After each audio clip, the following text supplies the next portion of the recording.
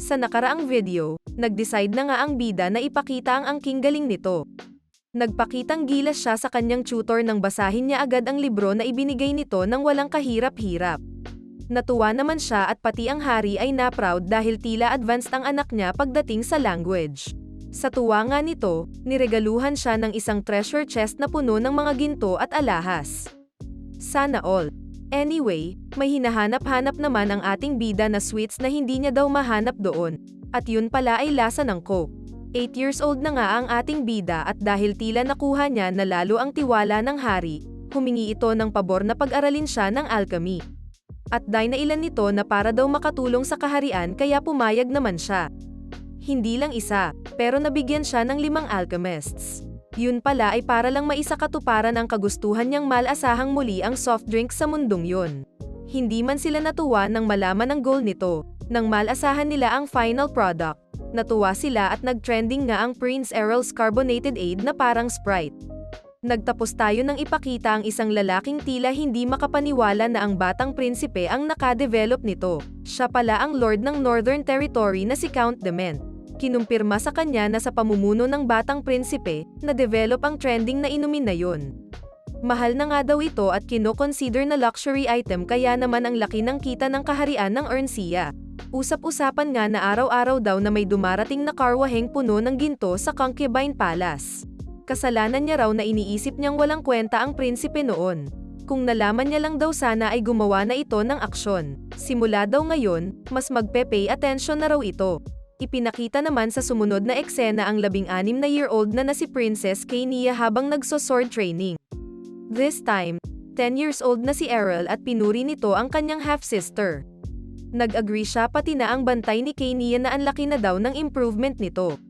Sa isip ni Errol, better na daw si Kania sa mga batang lalaki na kaedad niya. Tuwang-tuwa naman ang prinsesa dahil sa mga papuri nila. Nagpahinga muna ang prinsesa at pinagkwentuhan nila ng kapatid ang tungkol sa mga soft drinks na dinevelop nito at kung paano ito nakaapekto ng malaki sa finances ng buong Ernsea. Sagpat naman niyang, duty niya daw yun bilang prinsipe. Narinig din daw niyang, siya na ang perfect son kaya napaisip ito na siguro maraming naiinggit sa nanay niya na si Lady Livana. At totoo nga, hindi lang ito simpleng istorya ng pag-develop niya ng soda, ipinakita ang nanay ng prinsipe na si Livana Einrest. Ang pamilya daw nito ay fallen na noble family. In charge lang sila sa maliit na teritoryo at namumuhay bilang mga commoners. At nang malaman niya daw ang problema ng pamilya ng kanyang ina, inentrust ng prinsipe ang pagdidistribute ng soft drinks niya sa Einrest family. At naging maganda daw ang resulta. Makikitang may bentang mabente ito. Pinag-aagawan pa nga dahil nagkakaubusan at willing ang iba na bilhin ang soft drink ni Errol kahit 3 times mas mataas sa normal na presyo. Bukod doon, nag-develop din ito ng yogurt at MSG na nag-trending din. Bilang resulta, naging sobrang yaman na ng pamilya Einrest. Sabi naman ni Kania na isihan lang daw nito dahil ngayon, palagi na siyang kinukumpara sa kapatid. Inaya niya naman itong uminom ng soda at kumain ng waffle na merong syrup na gawa niya. At nyabang niya na madami na daw itong pera. Bigla namang may espada na muntik nang tumama sa kanya. Kay Kania pala ito na nagsabing, ang problema daw ng kapatid ay kahit na marami itong pera, hindi daw ito makapag-ehersisyo at hindi marunong humawak ng espada. Pero okay lang daw, dahil tuturuan naman siya nito. Nagpasalamat ang bida at sinabing okay lang daw siya. Hindi na daw niya kailangan ng swordsmanship ngayon. Bigla naman siyang sinugod nito at no choice siya ng eye training ni Kania. Alam daw nito ang pangarap at goal ng kapatid, ang pagnanais na bumuo ng isang pamilya na master ang swordsmanship dahil sa kanya. Marahil yun daw ang nagbibigay ng energy sa dating fragile girl na si Kania. Okay lang naman daw sigurong gamitin nito ang energy niya sa kapatid habang pinapractice ang swordsmanship nito.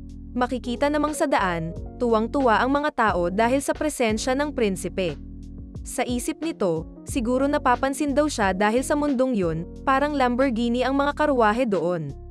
Mapapatingin ka talaga, at dahil may escort pa siya, feeling niya raw na para siyang idol.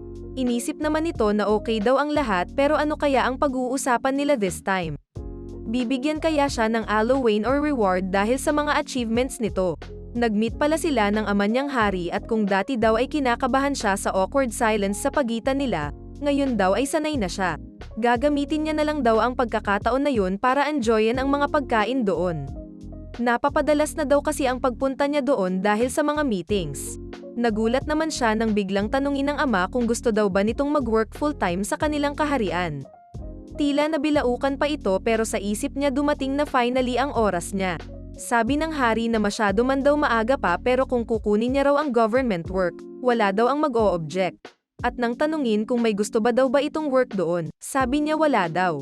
Sa isip niya, ang gusto niya lang sana ay ang piametics, maglaro at kumain sa buhay niya ngayon. Pinakalma nito ang sarili at sinabi sa ama na hindi niya alam bakit siya na-consider nito pero ang gusto niya daw sanang gawin ay ang patuloy pang mag-aral ng science at alchemy. Speechless naman ang hari. Inisip naman ng bida na wala nga daw dun sa government ang first prince bakit daw gusto ng hari na mag-work siya dun. So far, wala pa daw kasing movement galing sa side ng Reyna at anak nito. Yun daw ay dahil never niyang krinos ang line. Inalala nito ang ball nung first birthday niya at maswerte nga daw itong na-dismiss lang ito kahit na may ginawa itong something na nakaapekto sa Reyna. Malaki daw ang difference ng paboran ng hari at ang maging trusted na government employee. Ayaw niya raw sanang kalabanin pa ang mga kapatid nito at iniisip kung ito ba ang gustong mangyari ng ama. Tila malalim naman ang isip ng hari at napatanong kung ito daw ba kaya talaga ang gusto ng anak. Kapag nakaupo ka daw sa trono, kailangan mong maging malakas gaya ng agila. Hindi raw makakasurvive ang mahihinek kahit na may 100 buhay na siyang pinagdaanan. Gusto daw kaya ng hari yun. Ang lugar kung saan ang malalakas lang ang nananaig.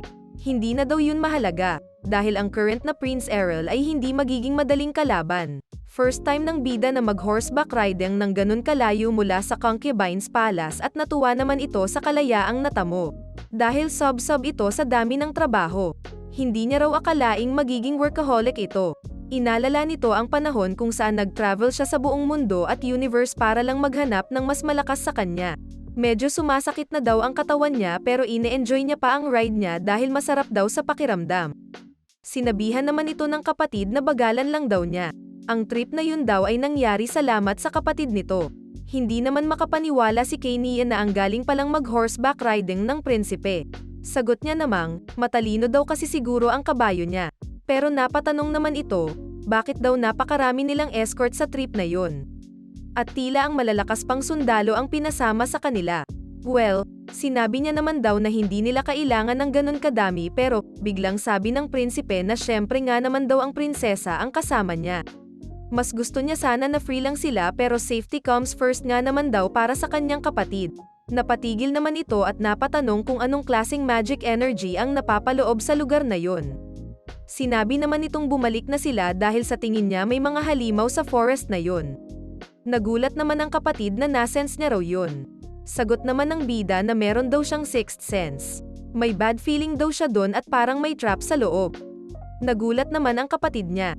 Umikot na ang prinsipe at sinabing kailangan daw may hatid safely ang prinsesa pero sagot naman ng isa, yun daw ang tamang daan. Papunta daw yun sa training ground ng prinsesa. At na-shock naman siya dito. So dumiretso lang sina Kania. Ipinakita ang time nang imbitahin siya nitong sumama sa trip na yon.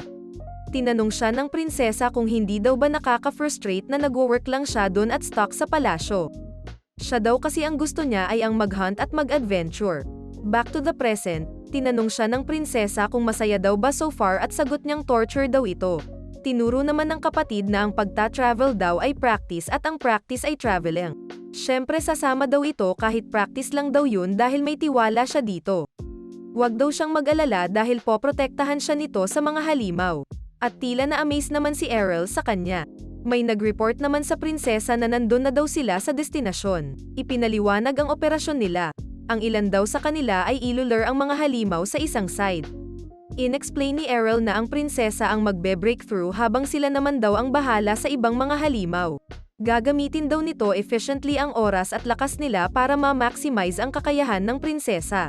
Ipinakita namang meron daw 20 orcs sa lugar na yun at ang prinsesa ang nanguna sa pagpuksa sa kanila. Akala daw ng prinsipe na imposibleng matalo ng prinsesa ang mga orc dahil first practice niya ito pero nakakagulat daw ang lakas niya. Bukod sa kanyang sword skills, okay din daw ang kanyang composure. Ang umaapaw nitong lakas ng loob ang nagpa-overwhelm daw sa lahat. At nagpatuloy ang practice niya ng ilang araw. Kinagabihan, Tinanong naman ng bida kung hindi pa ba daw pagod ang kapatid nito at sagot niyang okay lang daw siya. Gusto niya pa nga daw sanang makipaglaban pa. Sabi naman niyang hindi raw maganda na i-overdo niya ito dahil nagkakamali daw tayo kapag off guard tayo. Inalala naman nito ang nakaraan niya. Ang mga pagkakamali niya ay ang nagbunga ng kanyang pagkamatay. Bigla namang sinabi ng prinsesa na ang sarap daw ng kinakain nila. Hindi ko alam kung Betamax ba yun. Ano sa tingin nyo? Comment down below. Napatanong naman si Errol kung bakit daw ba gustong-gusto ni Kenya na maging malakas. Sabi niya na dahil prinsesa siya, kahit na gaano niya gamitin ang espada niya, wala daw matutuwa dahil doon. Marahil iniisip daw ng iba na isang face lang ito at mag-give up din siya sa future. Magpapakasal lang ito sa isang taong hindi niya kilala. Sa mundo kasing yun, normal ang political marriage. Sa isip ng bida, nasa edad na nga ang kapatid niya kung saan ma-engage dapat ito sa isang tao para sa political na rason. Sabi naman niya na ayaw niya daw yun. Gusto niyang mabuhay ng parang sa kapatid niyang si Errol, na ikinagulat nito. Malaki daw ang kita nito at ginagawa niya ang bagay kung saan siya magaling at dahil doon, nagko-contribute siya sa kaharian at nakikilala. Gusto niya rin daw na makilala siya dahil sa kung sino siya at saan siya may kakayahan. Gusto niya sanang mag-contribute sa Kenchester family dahil sa skills niya hindi lang dahil sa marriage. Disdaido daw siyang magpasya ng sarili niyang kapalaran. Sinuportahan naman siya ni Errol dito at sinabing masaya daw ang trip nila at masaya siyang sumama siya doon. Pero sa di kalayuan, may pinakita namang parang pakpak ng dragon na nasa ere. May kinalaman kaya ito sa next chapter? Well, malalaman natin yan sa susunod na video. Grabe, ang dami na palang naimbento ng bida dito sa mundong ito na nagpayaman sa kanilang lahat. Nakakatuwa na hindi na lang ito nagkukulong sa palasyo at lumalabas na salamat sa kanyang kapatid na si Kenya. Makikitaan na kaya natin ng lakas ang bida sa next episode. All this time kasi, puro about sa pagiging genius ang ipinapakita. Abangan natin yan sa next episode. So make sure to like, subscribe, comment at share mo ito bilang suporta sa ating channel. Again, maraming salamat sa panonood, Oni-chan.